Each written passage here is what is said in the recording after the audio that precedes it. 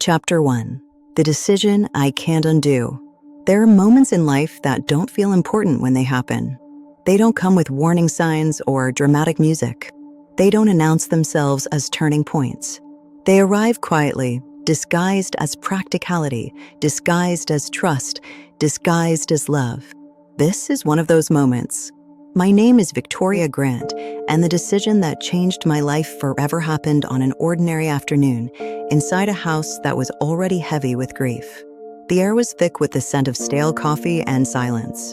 I remember sitting at the dining table, the wood cool against my forearms, staring at a brown folder that refused to close properly because it was overfilled.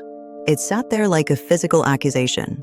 Inside it were documents I didn't have the strength to read: death certificates, property papers, handwritten notes, forms stamped with official seals. Every page carried the weight of finality. My body felt foreign to me then. Pregnancy had changed everything. My back ached constantly, a dull throb that never faded, shifting with every breath. My feet were always swollen, aching in a way that made even standing feel like a marathon. Sleep came in fragments, interrupted by nausea, anxiety, and memories of my mother's last days, the beep of the monitor, the smell of antiseptic, the way her hand felt in mine. Even breathing felt like work. Across from me stood my husband, calm, collected, patient. He looked like the picture of stability in a world that was crumbling. He was wearing a crisp white shirt, sleeves rolled up to his elbows, looking every bit the capable partner I thought I had married. He watched me struggle to organize the papers, watched my hands tremble as I tried to keep everything neat. "Victoria," he said gently, pulling out a chair. The scrape of the chair legs against the floor made me flinch, a sharp sound in the quiet room. "You shouldn't be dealing with this right now." I looked up at him, searching his face for reassurance, finding only a mask of concern. His eyes were soft, his expression open. "You're pregnant," he continued, his voice soft, hypnotic, like a lullaby designed to put my suspicions to sleep. "You're grieving. Let me handle this. I'll take care of everything." There was no urgency in his voice, no pressure, just certainty, just the promise of relief. I hesitated, not because I distrusted him, but because something deep inside me felt uneasy. A quiet voice I had learned to ignore over the years whispered that once you hand something over, you may never get it back. It was the same voice that warned me not to walk down dark alleys, the same voice that told me to check the locks at night. But grief has a way of drowning out intuition. Grief makes you desperate for someone else to carry the load, even for a moment. I slid the folder across the table. The sound it made, paper against wood, was a dry, scratching noise that still echoes in my mind. That was the moment I unknowingly handed my husband control over my past, my future, and the one place in the world that had ever truly belonged to me. I didn't see the flicker of satisfaction in his eyes. I only saw my own relief. Chapter 2. The House That Raised Me. Before I was a wife. Before I was pregnant. Before I became a woman learning how betrayal feels in slow motion, I was a daughter, and my entire world began inside a modest house that most people would have overlooked. It sat at the end of a cul-de-sac, a small structure with peeling blue paint and a porch that leaned slightly to the left. To anyone else, it was just a building, a piece of property on a tax map. To me, it was a fortress. My mother raised me alone. There was no father figure waiting in the wings, no extended family to step in when things got hard. It was just the two of us, learning early what resilience looked like. She worked double shifts, sometimes overnight, coming home with tired eyes and aching feet. I remember the sound of her key in the lock at 6 a.m., the heavy tread of her steps as she tried to be quiet so she wouldn't wake me. Yet no matter how exhausted she was, she made sure that house felt alive. She cooked when she could, filling the kitchen with the smell of spices and warmth, roast chicken on Sundays, cinnamon toast on rainy mornings. She hummed while cleaning. She laughed loudly, as if laughter itself could keep hardship away. That house saw everything.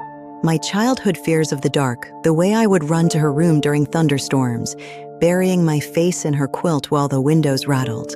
My teenage tears over boys who didn't matter, sobbing into my pillow while she stroked my hair and told me that my value wasn't determined by someone else's inability to see it. My first heartbreak. It was where my mother taught me how to stand on my own, how to survive without depending on promises that might never be kept. She taught me how to fix a leaky faucet, how to balance a checkbook, how to look a man in the eye and say no. I remember one summer, a tree fell in the backyard during a storm. It crushed the fence. The neighbors said we needed a man to fix it. My mother just put on her work boots, bought a saw, and we fixed it together, piece by piece, sweating in the July heat. She told me then, "Victoria, never wait for someone to save you. Build your own shelter." As I grew older, I began to understand something important. The house wasn't just shelter. It was security. It was independence. It was proof that my mother had built something permanent in a world that rarely gave her anything freely. It was her legacy. It was the physical manifestation of her love for me. The day I got married, my mother pulled me aside. The celebration buzzed around us, champagne glasses clinking, music playing, people dancing. But her focus never wavered. She looked serious, almost grim. "Victoria," she said quietly, gripping my hands tighter than usual, her eyes searching mine with an intensity that unsettled me. "No matter what happens in your marriage, this house will always protect you. Don't ever let anyone take it from you. It is yours, not his. Yours." I laughed then, brushing it off as emotional sentiment, thinking she was just being dramatic. I didn't notice the seriousness in her eyes. She knew something I didn't. She knew that people change, but foundations stay.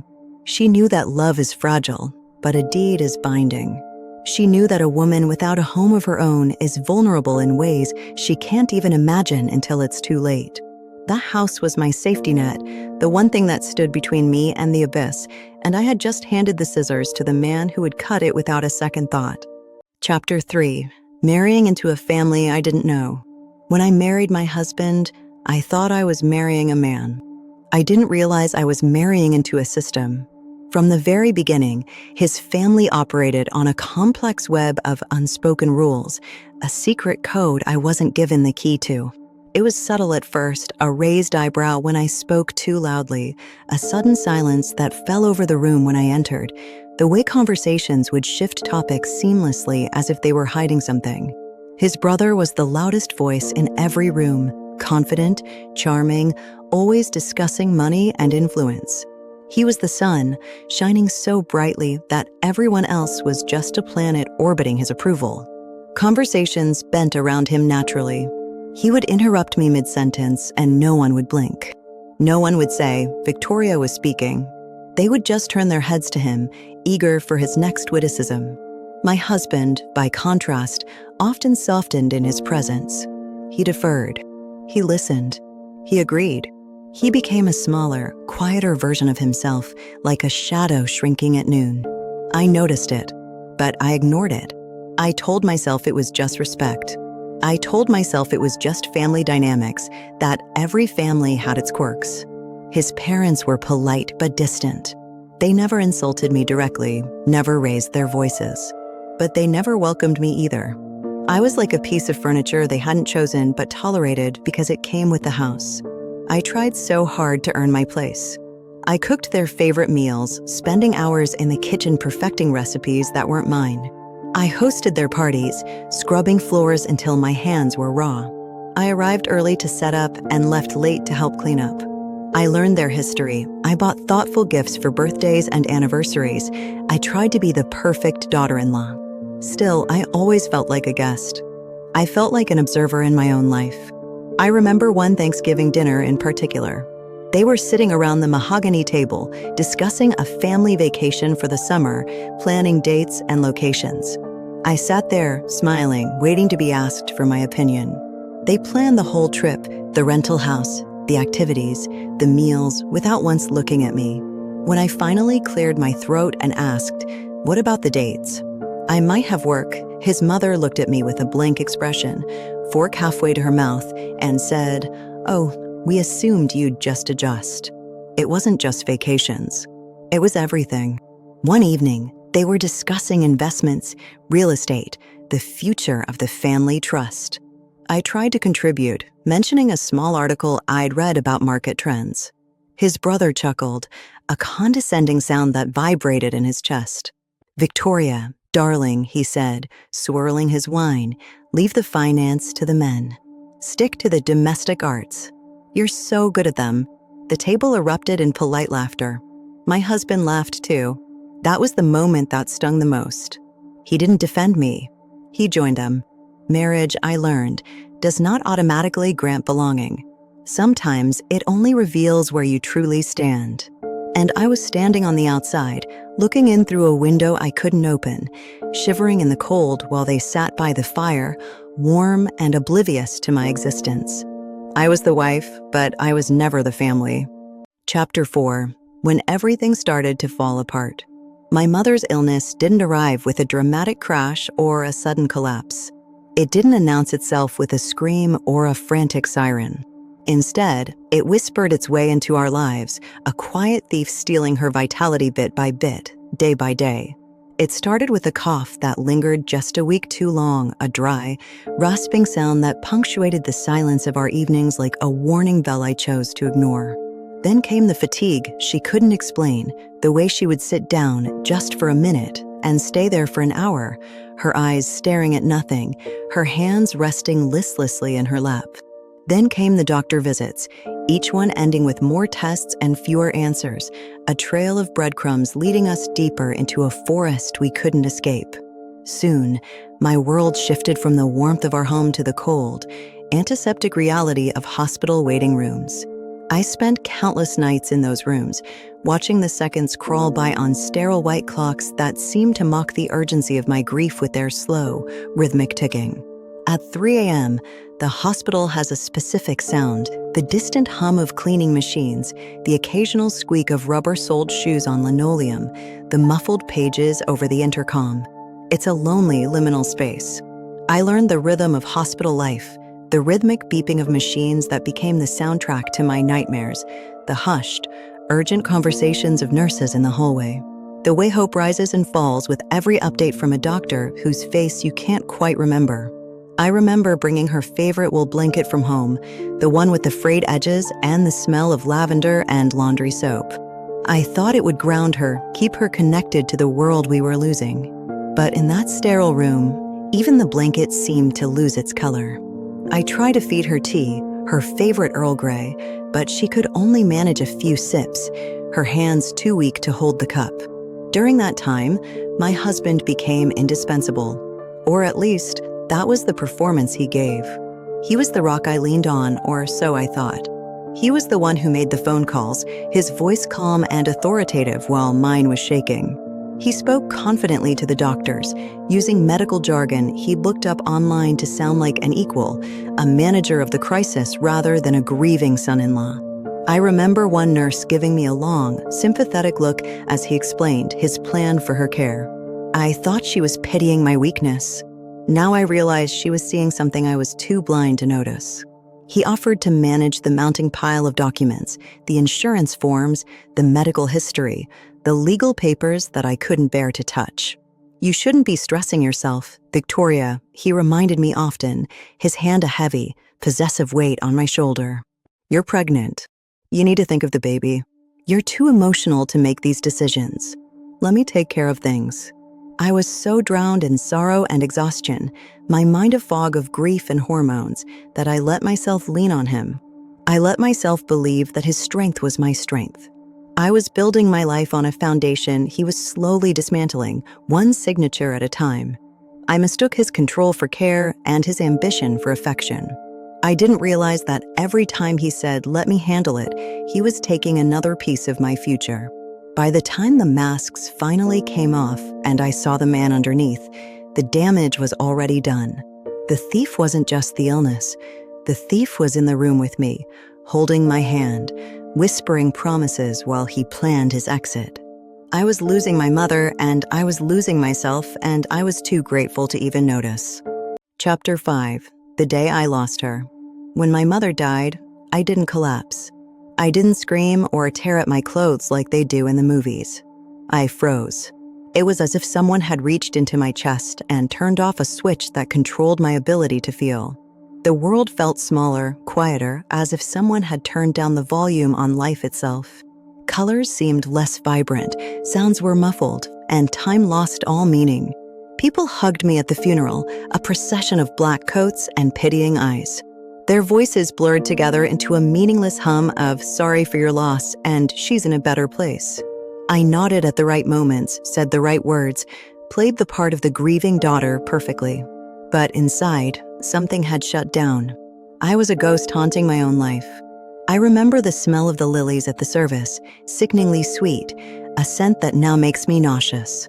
I remember the feel of the earth as I threw a handful onto her casket, the finality of that sound hitting the wood. I remember the way the neighbors looked at me, with that mix of sympathy and curiosity, wondering how the pregnant girl would manage alone. A few days later, while the grief was still fresh and raw, an open wound that bled with every breath, my husband brought up the will. We were sitting at the kitchen table. The morning sun was streaming in, indifferent to my pain, illuminating the dust motes dancing in the air. He was buttering a piece of toast, the scrape of the knife loud in the quiet room. "She left everything to you," he said casually, as if he were discussing the weather or the grocery list. He didn't look up. He just kept spreading the butter, methodically, edge to edge. But probate takes time. It's a legal mess. Lots of red tape. Forms to file, courts to deal with. "I'll handle it." The word probate hung in the air, heavy and foreign. I didn't know what it meant, really. It sounded official. It sounded like something only a man like him could navigate. The casualness of it struck me, but I was too numb to process it. I didn't question him. I didn't ask to see the papers. I didn't ask why he had looked at them before me. I was still learning how to exist in a world where my mother didn't. I was still trying to remember how to breathe without my chest aching. I felt a surge of guilt then, sharp and hot. Guilt because I was relieved. I was relieved that I didn't have to deal with it. I was relieved that someone else was taking the wheel. I thought he was taking a burden off my shoulders. I thought he was protecting me from the bureaucracy of death. I didn't realize he was taking my inheritance out of my hands. He reached across the table and covered my hand with his. His palm was warm, dry, steady. It felt like comfort. It felt like safety. But now I know it was a shackle.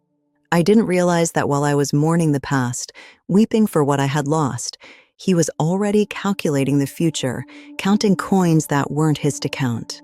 I sat there, staring at my cold coffee, feeling the weight of his hand, and let him take the reins, not knowing he was steering us off a cliff. Chapter 6. The Paperwork Trap. Time passed differently after her death. It didn't flow in a straight line. It looped and stuttered. Days blended into weeks, weeks into months, a gray smear of existence. The seasons changed outside the window, the leaves turning from green to gold to brown, then falling to rot on the wet earth. But inside, a coldness was growing that had nothing to do with the weather. My belly grew rounder, the life inside me kicking and turning, a constant reminder that time was moving forward even if I felt stuck in the past. Sometimes, late at night, I would feel the baby move and wonder what kind of world I was bringing it into. A world of secrets. A world of silence. Whenever I asked about the house or the documents, my husband's tone shifted. It was a subtle change at first, like a drop in barometric pressure before a storm. He became defensive, irritable. If I asked over dinner, he would put down his fork with a heavy sigh, as if my question was an unbearable burden. "Why are you stressing yourself?" he would ask, his voice tight with restrained annoyance. "Do you not trust me? I'm your husband. I'm handling it." He would turn his back to me, ending the conversation. "I'm doing this for us," he would say, guilt-tripping me into silence. "Us." That word became a weapon. It kept me quiet. It made me feel ungrateful. I felt guilty for doubting him. After all, he was the father of my child. He was my partner. He was the one dealing with the mess of probate while I sat around grieving. I told myself I was being paranoid. I told myself that grief was making me irrational, that pregnancy hormones were making me crazy. But deep down, a small voice was screaming that something was wrong. A knot in my stomach that wouldn't go away, tighter than any contraction. I started noticing other things, small things. He would take phone calls in the garage, pacing back and forth, his voice low and urgent.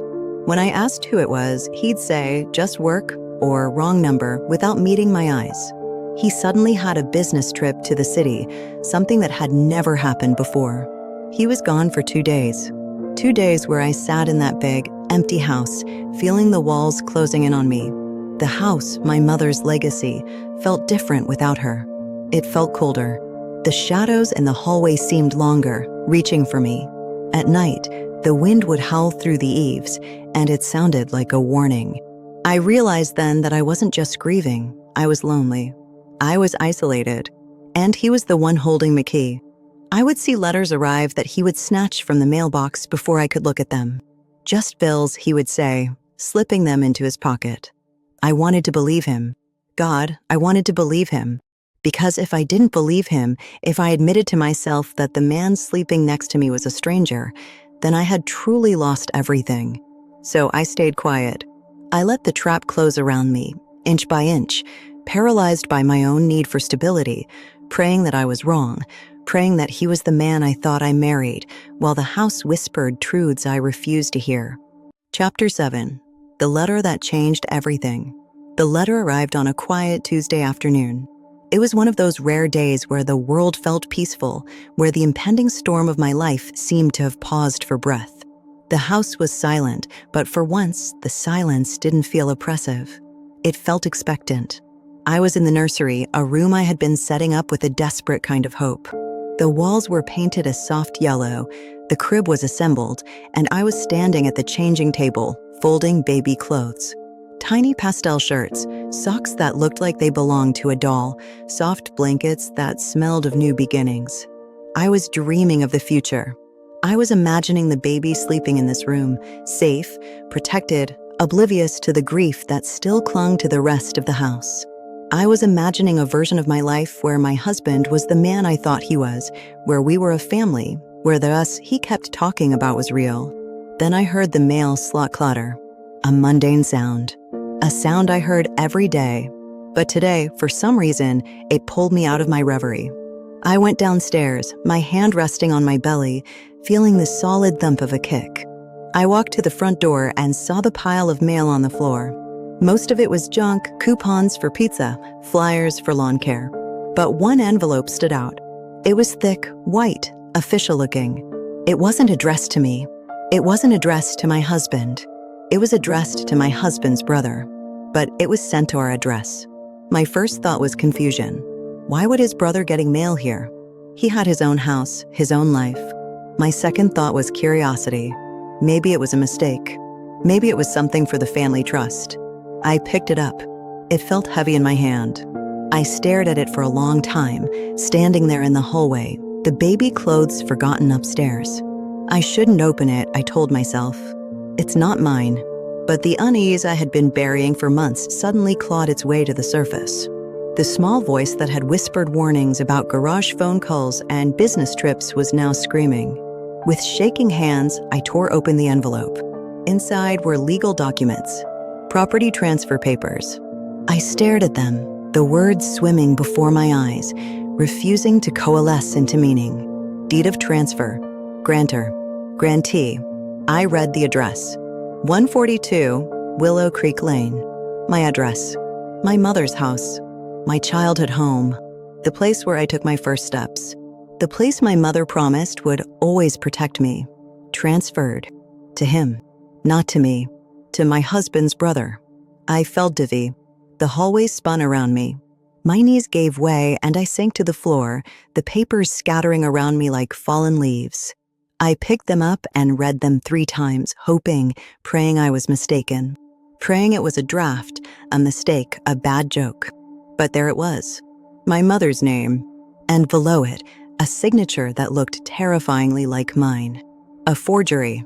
A theft. A betrayal so absolute it took the breath from my lungs.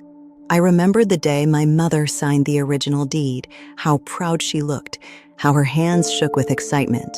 Now, I was looking at the erasure of that pride. I realized then what his business trip to the city had been for. It wasn't business. It was theft. He had gone to meet a notary to finalize the paperwork to sell my future out from under me. I felt physically sick, a wave of nausea rolling over me that had nothing to do with the pregnancy. At that exact moment, the baby kicked hard, a sharp reminder of the life growing inside me, a life I was now bringing into a stolen house. The irony choked me. I was folding clothes for a nursery that didn't even belong to us anymore. I wasn't just a guest in my own home anymore. I was a trespasser. I was a squatter in the house my mother built, waiting to be evicted by the man who had promised to love me forever. Chapter 8. Confrontation without remorse. I don't remember walking from the hallway to the living room. I don't remember my feet touching the floor. I only remember the papers crinkling in my clenched fist, a sound that seemed deafening in the silence of the house. My husband was sitting on the sofa, watching the evening news. He looked so normal, so relaxed. He had a glass of scotch in his hand, the amber liquid catching the light, the ice clinking softly as he swirled it. It was a crystal tumbler I had bought him for our first anniversary. His brother was there too, leaning against the mantel, looking like the cat who had just swallowed the canary. They stopped talking when I entered. They saw my face. They saw the papers. And they knew. I threw the deed onto the coffee table. It landed between them, a white flag of war. What is this? My voice was a whisper, a broken thing. I expected denial. I expected him to jump up, to tell me it was a mistake, to tell me he would fix it. I expected him to fight for us. Instead, he just looked at it. He didn't flinch. He didn't look guilty. He didn't apologize. He took a sip of his drink, savoring the burn, and set it down on a coaster, careful not to leave a ring. "It's a deed, Victoria," he said, his voice calm, reasonable, as if he were explaining something to a child who had interrupted the adults. I transferred the house to Mark. "Why?" I screamed, the sound tearing at my throat. "It's my house. My mother left it to me. It's for the baby." He sighed, a sound of long-suffering patience. "We need the liquidity," he said. "Mark has a business opportunity. It's a sure thing. We're keeping it in the family." "Family?" I choked out. "I am your family. This baby is your family." He looked at me then, really looked at me, and his eyes were empty. There was no love there. There was no partnership. "Family helps family," he said simply. The words hung in the air, a twisted mockery of everything I believed in. Family helps family. I asked him where I fit into that definition. Was I not family? Was I just an incubator? A roommate with benefits? He didn't answer. He just looked away, back to the television, dismissing me. And then, from the fireplace, his brother laughed. It wasn't a nervous laugh. It wasn't an apology. It was a cold, cruel sound. "You're still living here," Mark said, his voice dripping with condescension, a smirk playing on his lips. "What's the problem? You have a roof over your head. Be grateful." That laugh ended my marriage. In that moment, looking at the two of them, the husband who had sold me out and the brother who had bought me, I realized something chilling. They never planned to tell me. They were going to let me live in my own house as a guest, dependent on their charity, until they decided to kick me out. I wasn't a partner. I was a pawn. And the game was over. Chapter 9. Kicked out at my lowest. The silence that followed his brother's laugh was short-lived. It was broken by the sound of my own voice, a voice I barely recognized. It was shrill, desperate, fueled by a rage that had been simmering for months. I refused to stay silent. I refused to be the good wife, the quiet victim, the grateful charity case in my own home. I yelled. I threw his words back at him. I told him he was a thief, a liar, a coward. I told him he wasn't half the man my mother was. And everything escalated. My husband didn't yell back. He didn't lose his temper. That would have been too human. Instead, he became ice.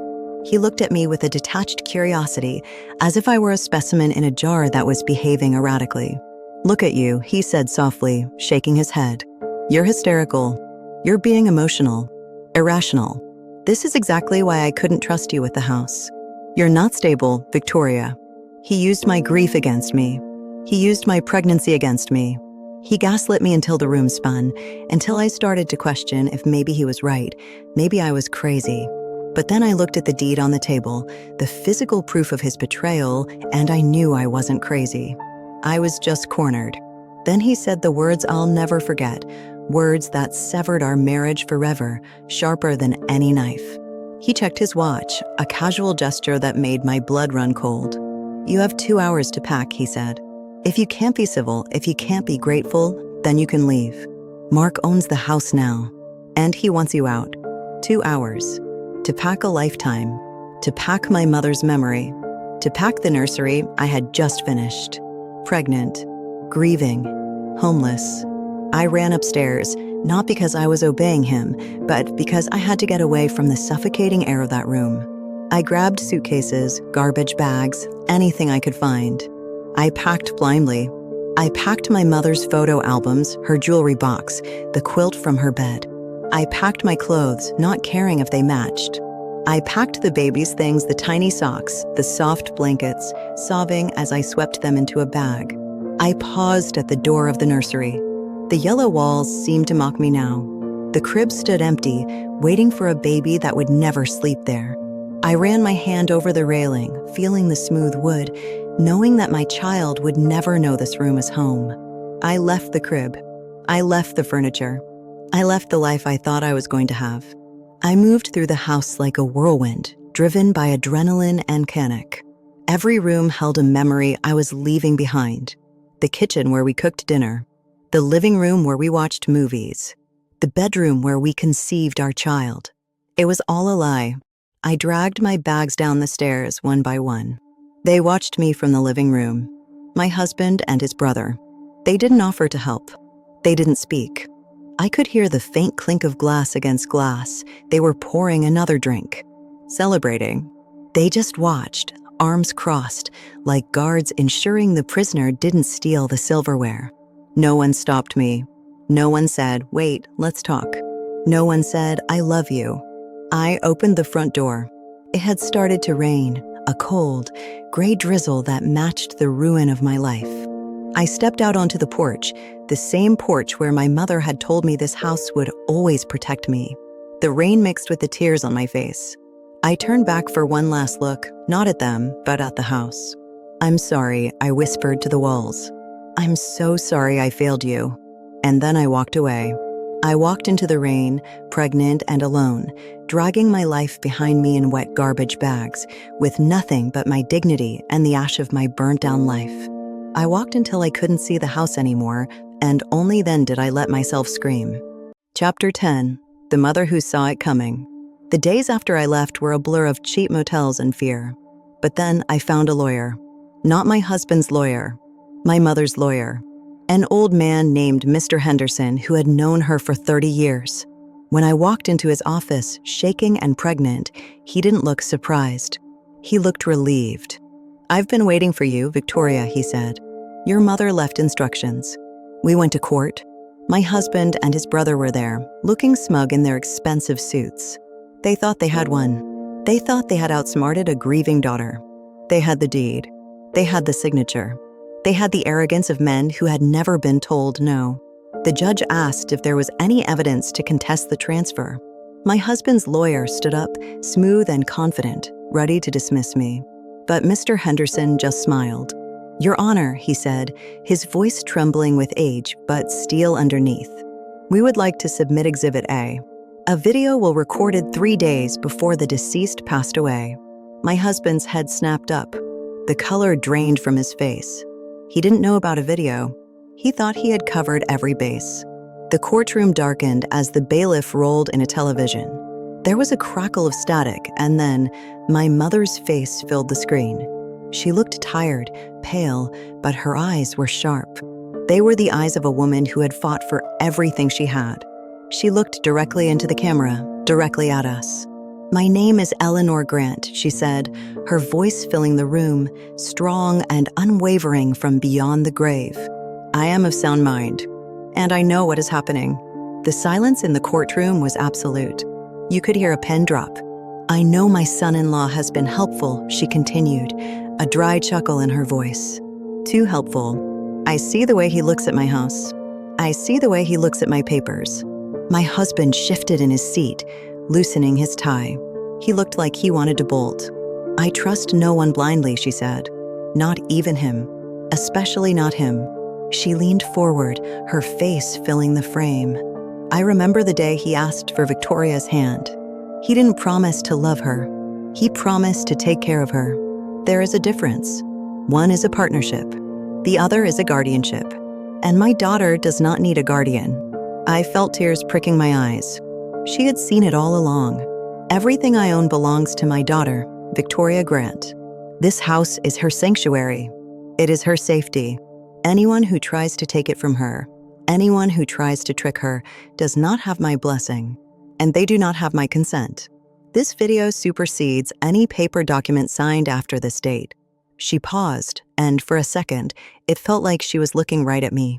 "And to my grandchild," she said, her voice softening, breaking just a little. "I may not be there to hold you, but I will be the roof over your head. I will be the walls that keep you warm. Victoria, if you are watching this, it means he tried. It means he failed you. But I didn't. I knew you would need a net when the wire snapped. Stand up, baby girl. Take back what is yours." The screen went black. The silence that followed was deafening. It was heavy with the weight of truth. The judge took off his glasses and wiped his eyes. He looked at my husband with a mixture of disgust and pity. My husband was slumped in his chair, a man whose castle of lies had just crumbled into dust. He wouldn't meet my eyes. He knew he had lost. And for the first time since he told me to pack, I breathed. Chapter 11, Watching Them Lose. The judge ruled swiftly. There was no debate. There was no deliberation. The evidence was overwhelming, irrefutable, and damning. The property transfer was fraudulent. It was null and void. It was reversed immediately, as if it had never happened. The judge's voice boomed through the courtroom, each word a hammer blow to the walls my husband had built around me. "I find the transfer of 142 Willow Creek Lane to be invalid due to pre-existing testamentary instructions and clear evidence of duress and deceit." He looked at my husband and his brother over his spectacles. "And frankly, gentlemen, I am disgusted. The court will also be referring this matter to the district attorney's office for potential criminal charges." My husband's brother lost the house he thought he had stolen. The smirk was gone from his face, replaced by a look of sheer disbelief. He turned on my husband, whispering furiously, his face turning red. The alliance was broken. The family that helped family was eating itself alive right there in the courtroom. My husband lost his credibility. He lost his standing. He lost his wife. He sat there, pale and sweating, tugging at his collar as if it were suddenly too tight. He tried to catch my eye, perhaps to plead, perhaps to manipulate me one last time, but I looked right through him. I watched their confidence crumble. I watched the arrogance drain from their faces as they realized they had underestimated me.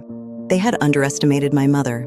They had underestimated the power of a woman who has nothing left to lose. They never looked at me the same again. They looked at me with fear. They looked at me as if I were a stranger, a dangerous variable they hadn't accounted for. And I realized I liked it better that way. I wasn't the victim anymore. I wasn't the prey. I was the one holding the cards. Mr. Henderson leaned over and patted my hand. "She would be proud of you, Victoria," he whispered. "She knew you had it in you." As the gavel banged down, sealing their fate, I felt a weight lift off my chest that I hadn't even realized I was carrying. It was like breathing pure oxygen for the first time in months. The air in the room seemed to clear. I stood up, smoothing my dress over my belly, feeling the baby kick, a kick of triumph, not fear. I didn't wait for them. I didn't wait for an apology I knew would never come. I turned my back on them and walked toward the door, toward the sunlight streaming in from the hallway. I was walking back to my life. I was walking back to my house. My mother's house. My daughter's house. My house. And this time, I held the keys, and I knew exactly which locks to change. I walked out of that courtroom, and for the first time in years, the air didn't feel heavy. I remember the weight of the bronze door as I pushed it open, the way the sunlight hit the marble steps, turning them into a path of gold. Every step away from that building was a step toward the woman I used to be, the one who wasn't defined by a folder of stolen papers or a husband who never saw her worth.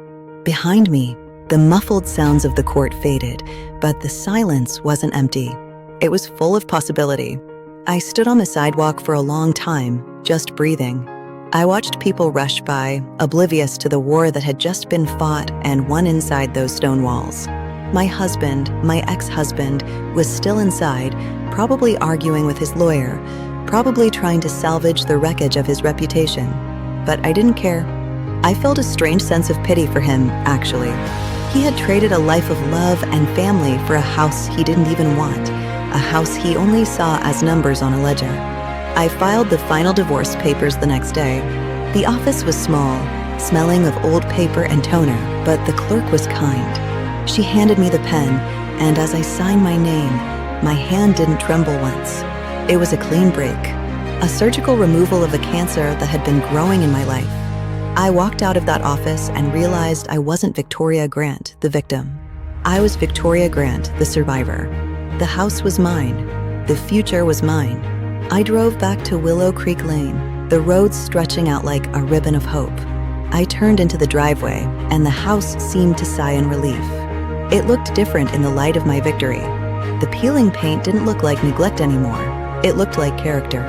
The leaning porch didn't look weak. It looked like it was bowing to me. I put the key in the lock, the original key, the one my mother had given me, and I turned it. The click was the sweetest sound I had ever heard. It was the sound of a sanctuary returning to its rightful owner. I walked inside, and the shadows were gone. The house felt warm, as if it had been holding its breath, waiting for me to come home. I walked through every room, touching the walls, reclaimed and reborn. I was free, truly, finally free. 6 months later, the house was no longer quiet. It was filled with the soft, rhythmic sound of a rocking chair and the tiny, sweet sighs of a new life. I brought my daughter, Eleanor, home on a Tuesday, the same day of the week the betrayal had arrived. But today, the Tuesday belonged to us.